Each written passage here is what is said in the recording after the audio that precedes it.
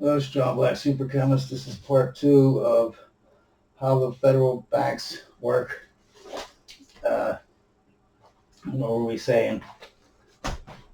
Uh, okay, so they caused a crash in the market, the panic of 1907. Then they do a congressional investigation. The Senator Nelson Aldrich, who says we need a central bank, after all this is said and done, he marries a Rockefeller. That was his, you know, reward for trying to get the central bank again. And in 1910, a secret meeting was held on Jekyll Island at J.P. Morgan Estate. They made the Federal Reserve Act, and it was written up by bankers. The bill was given to Senator Nelson Aldrich, the guy who said we need a banker, we need a central bank, the guy who married a Rockefeller right afterwards. And he pushed it through Congress. And in 1913, Woodrow Wilson, he said, yes, we're going to have a central bank. And then it was final. We had a central bank. And keep in mind, Woodrow Wilson was a relative of George Bush.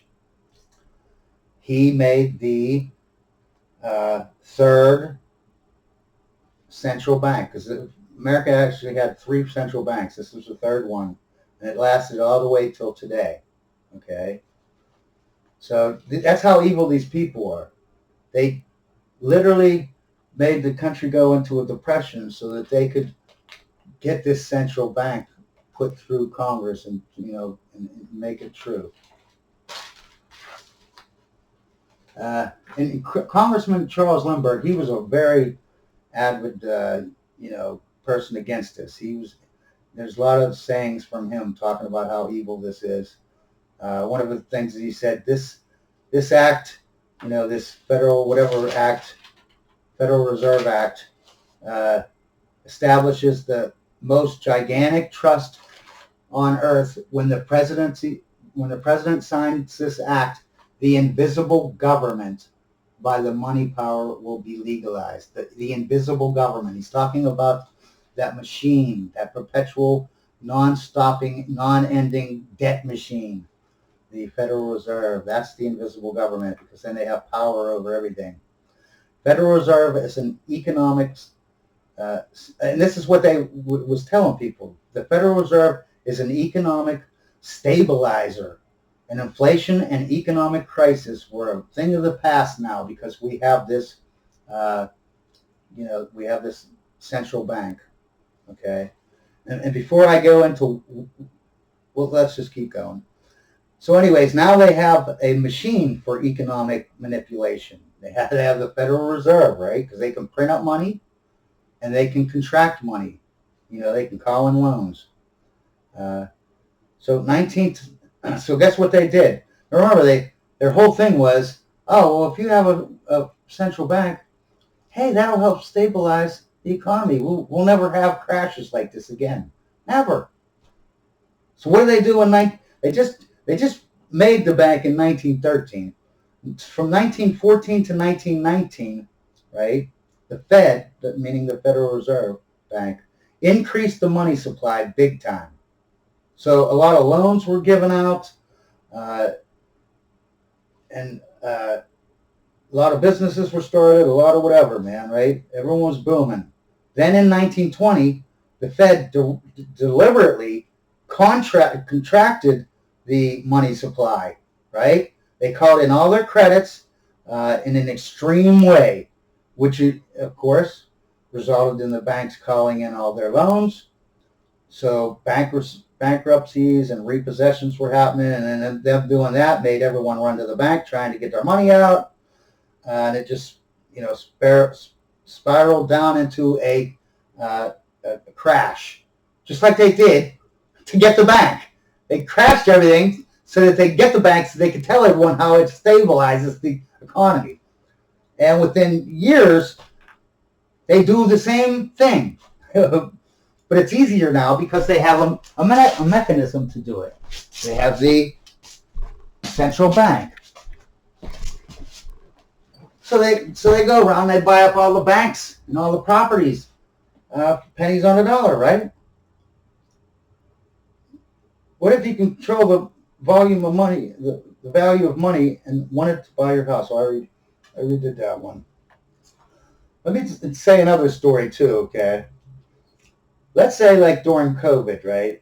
And I don't know what the percentage of money they printed up compared to the money supply, but let's just say in our scenario that they printed up the same amount of money that was in the money supply. So they doubled the money supply when they printed it up for COVID. We'll just say, for easy math, okay? Now let's say before they printed it up, I had $10, okay? And I could go to McDonald's and get an extra value meal for $10, okay?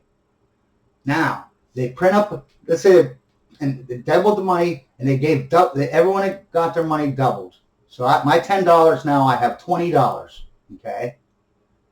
And what do you think? Do you think that helped you? Do you think those COVID monies that they gave you helped you? No, because I have $20 now. Now when I go to McDonald's, that value meal is worth $20. As a matter of fact, everything is double because you doubled the money supply. So it doesn't help you, does it? I mean, if I have double the money and everything in the society has now doubled in price, I'm at the same position I was before you doubled the money, right? Just like if they printed up whatever, didn't you notice how everything went up like 30%, 10%? Well, no wonder they printed up all that money. Whatever percentage it was, it correlates to what the prices in the society go up. So you never, when they give you money, every time they tell you they're giving you money, they ain't giving you shit. Not if they got to print it up. They ain't giving you anything. They're just raising the prices of everything and devaluing the money by giving you that money. So what's the point? Who makes out?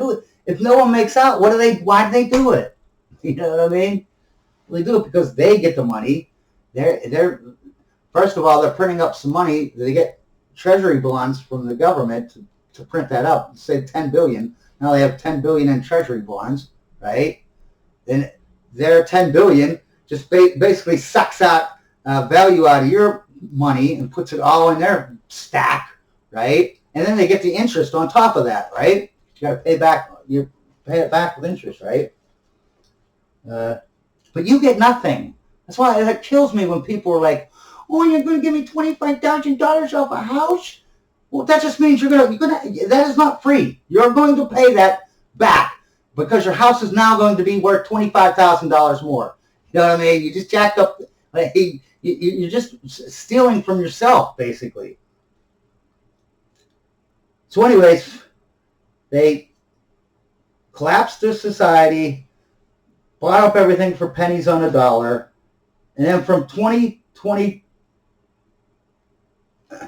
Oh, and then after they bought up all the property, you know what I mean, for pennies on the dollar, they printed up a bunch of money and made the money supply go bigger so that everyone could get out of the depression, right? So now this is the second time they've done it, right? First time to get the bank. Then when they get the bank, a couple years later, they start this crap. So let's see what they do the next decade. From 1921 to 1929, again, they increased the money supply so that all the banks would get out of a whole bunch of loans. You'd have a whole bunch of cars and houses and blah, blah, blah that are on loans, right? And this time, though, there was a new kind of loan called a broker's call loan in the stock market. But the catch is with that, it could be called in at any time, and you only had 48 hours to pay all of it. And they could call it in for any reason they want, right? And what's funny is all the elites left the stock market just like today. Did you notice in the last month, people, and I'm not talking about 100 million, I'm not talking about 500 million, I'm talking about billions. Bill Gates, all the Jeff Bezos, they're all taking out like billions of dollars out of the stock exchange in the last month. And we all know Bill Gates, he's been doing that for a while now, buying up farmland and getting out of the regular stock market type things that you would, supply like Walmart or that kind of thing. That's happening right now. So anyways, they all got out of the stock market, knowing that the bubble they created was about to burst, right? Then in 1929, and of course we all know what happened in 29, the Great Depression, right?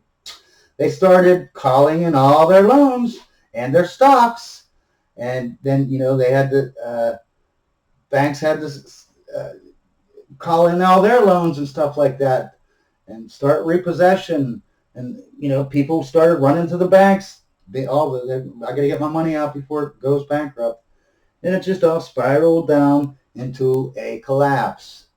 Then the elites that owned the federal bank came in and they bought the rest of all the banks. And now they own all the banks in the whole country. You know what I mean? They own it all. All right?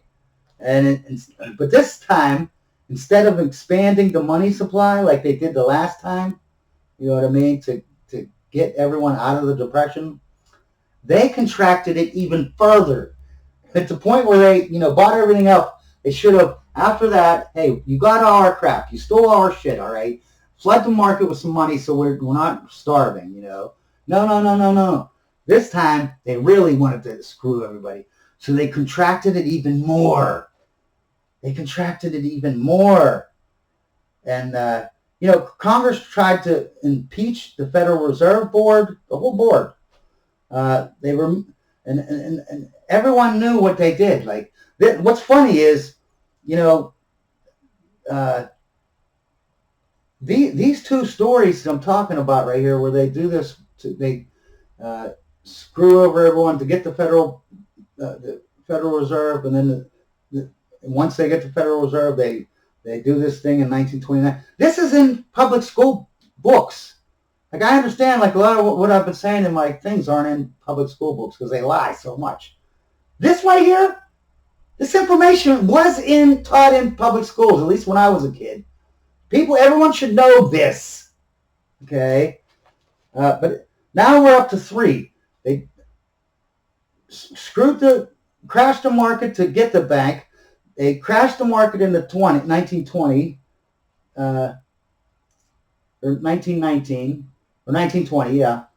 And then they did it again in 1929. 3 times, okay? 3 times. And that's just what I'm telling you about. There's more than that, like 2008. Every crash, every recession, every depression was done because of this. This is what did it. How many times can they do it before you're like, wow, maybe I should learn from my history and not let it keep happening over and over and over again. But anyways, that wasn't even good enough. If they waited, they don't want to flood the society with money to get them out of the Great Depression. They contracted it. That wasn't good enough. Then they removed the gold standard and forced everyone in the country to give all their gold to the government to help them from not starving. So when you're starving, the government comes in and steals your gold, forces you to give your gold to them, and they say that's helping you because you're starving. Why don't you give me more gold if you want me not to starve, motherfucker? And yeah, this was an executive order. Executive order means that it was the president. 1933, 10-year prison sentence if you didn't give them your gold. If you didn't let them steal your gold, 10 years in prison. The dollar was redeemable. It's, before 1933, the dollar, you could see on it, it said dollar redeemable in gold. After 1930, where they took the gold and they removed the gold standard, now the money, if you look at it, it says legal tender. Legal tender basically means it's backed by nothing and it's worthless. Whoever controls the volume of money is absolute master of all industry and commerce. That's James Garfield.